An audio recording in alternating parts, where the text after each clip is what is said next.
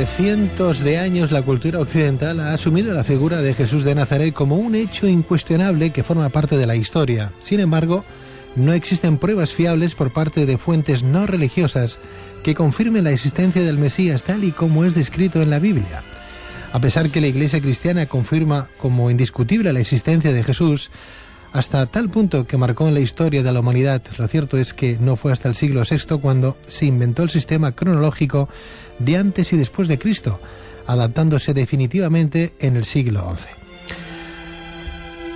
Josefo, historiador judío del siglo I, proclamó que contemporáneamente a Jesús de Nazaret existieron aproximadamente otros 10 Jesús, también hacedores de milagros y grandes dirigentes. Por otro lado, de los 28 sacerdotes que oficiaron desde el reino de Herodes el Grande, hasta la caída del templo, había 4 que se llamaban también Jesús.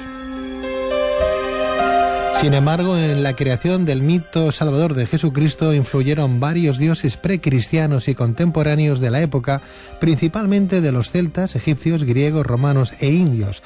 Gran prueba de ello lo encontramos en los atuendos y objetos usados por la Iglesia Católica. Un claro ejemplo lo hallamos en la mitra que usan los cardenales o arzobispos para adornar su cabeza y que ya era descrito en los Vedas, libro sagrado de la India, unos 1500 años antes de Cristo.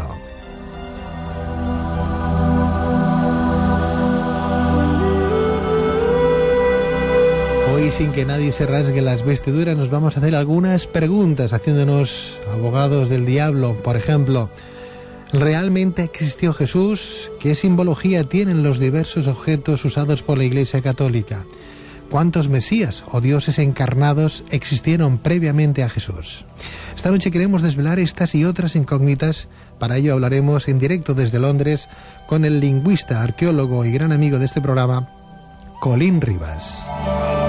Y tardamos casi 2 horas en Colin, buenas noches. Este tema. Imagínate, intenta ser un poco breve. A ver, por ejemplo, ¿qué importancia ha tenido el culto al sol de los antiguos para el actual catolicismo?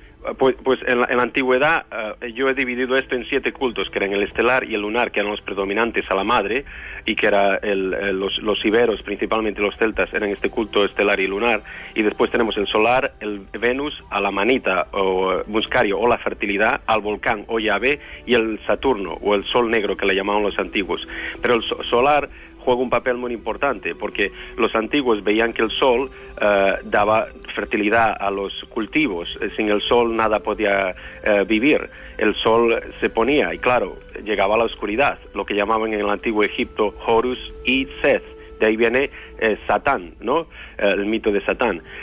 Fíjate que, por ejemplo, una fiesta original en Egipto era la que se llamaba de los Magi, que duraba entre el 21 y el 25 de diciembre, y era cuando las 3 estrellas de Orión se alineaban con el Sol y con Sirius. Sirius es la estrella de Belén. A esas 3 estrellas le llamaban los 3 reyes o los 3 Magi, que hoy llamamos los 3 magos de Oriente, obviamente, porque venían de ahí. Esto todo está documentado y lo ves en las paredes, por ejemplo, como de Luxor. Ves la natividad de Horus, que empieza el 25 de diciembre y termina el 6 de enero, que después copiaron los griegos y copiaron los romanos con su Natalis Soli Invicti, principalmente, o la Saturnalia, claro. Porque, Colin, Nazaret como pueblo o localización nunca fue mencionado en la Biblia, o no. En la Torá, por ejemplo, en otros libros históricos romanos. Además, se conoce que esta ciudad no existió, al parecer, hasta el siglo II. Dime, ¿qué interés pudo haber tenido, por ejemplo, el Vaticano en añadir la ciudad de Nazaret en los libros sagrados como lugar de nacimiento del Mesías? Porque había una secta que era bastante grande y era dominadora, sobre todo en el área de Jerusalén y el Mar Muerto, que se llamaban los esenios. Y los esenios, uno de sus jefes, que era el maestro de la rectitud, se hacían llamar el Consejo de los 12, que eran los nazarenos o los Nadrabrit. Ra de Amen-Ra y Brit de Barat, el dios Barat antiguo de Mesopotamia y también del Cáucaso. Fíjate que Gran Bretaña le llaman Britain, británico, y viene de ese nombre, Brigantia, nombres que tenéis ahí también en la península ibérica. Nazaret no es mencionado ni una sola vez en el Antiguo Testamento. El libro de Josué, por ejemplo, el 19, 10, 16, si no recuerdo mal, en lo que pretende ser el proceso de establecimiento de la tribu de Zebulón, en esa área enumera 12 poblaciones y 6 aldeas, pero omite a Nazaret del listado. No aparece. El Talmud, aunque enumera 63 poblaciones galileas, no sabe nada de Nazaret y tampoco de la literatura rabínica antigua. San Pablo no dice nada de Nazaret. Las epístolas del Rabí Soli, por ejemplo, reales y falsas, mencionan a un Jesús 221 veces, pero ninguna a Nazaret. Ningún antiguo historiador o geógrafo menciona Nazaret y es notada por vez primera al comienzo, me parece, de la primera centuria. Pero nada de esto tendría importancia si, como en la vecina ciudad pagana de Seforis, o Seporis, no sé cómo lo pronuncias Seporis, ahí. sí, Seporis. Pudiéramos recorrer las ruinas de la primera centuria con sus casas, villas y teatros, pero en Nazaret no existen tales ruinas tampoco. Horus, Buda, Jao de Nepal, Krishna de la India, Odín de los escandinavos, Thor de los galos, antes hacías mención a ellos, se han recabado hasta un total de 29 mesías distribuidos a lo largo de todo el planeta y semejantes a Jesús. Colín, ¿cuál de estos 29 mesías simétricos a Jesús se puede considerar pionero? Hay muchos paralelos, o sea, empieza, por ejemplo, si quieres volver mucho en el tiempo, como casi 6.000 años antes, puedes ver a la Trinidad, que es Shemirasi, Tammuz y Nimrod, no sé si te suena, de Babilonia y Mesopotamia. E incluso Nimrod es considerado como el rey pez, o que viene del agua, el que bautiza. A veces tiene nombre que se llama Oans, de ahí viene nuestro nombre de Juan. Juan el Bautista, por ejemplo, o Joan, ¿no? De Ons, que es incluso de los sumerios. Y ellos ya vestían como estilo una escafandra con un gorrito estilo un pez y unas conchas, y eran curadores, eran a veces exorcistas hacían exorcismos. Incluso los esenios heredan esto y usan palabras como el hocus pocus y abracadabra. Todo esto de hocus pocus y abracadabra está en los textos de los pergaminos de los esenios. Fíjate que los romanos no se limpiaban las manos cuando condenaban a alguien, era una tradición esenia.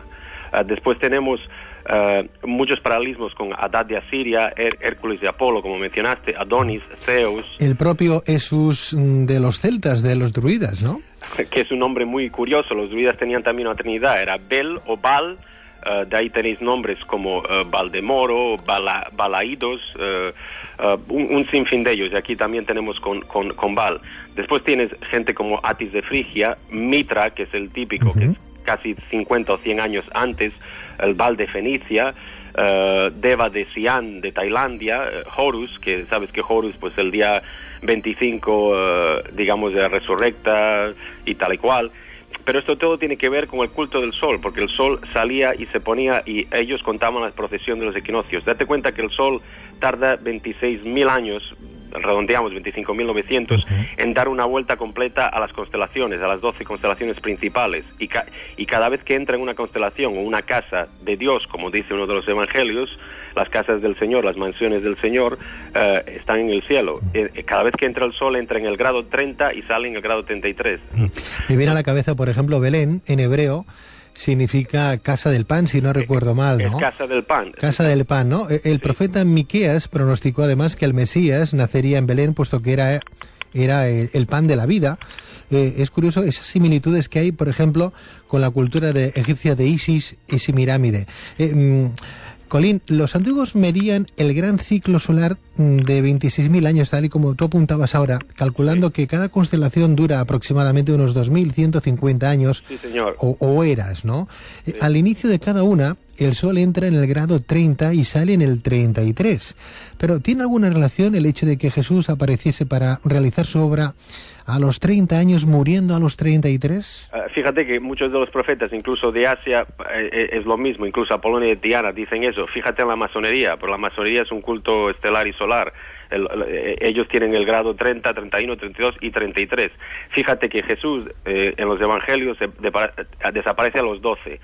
Y es porque los egipcios, el mediodía era donde el sol estaba lo más alto, ¿entiendes? Y se iba al sur de Egipto con el Nilo. Entonces ellos dividían los tres partes, igual que dividían Isis, Horus o Set, o Isis, Osiris y Set. Hacían mañana, mediodía y tarde, eran las tres fases.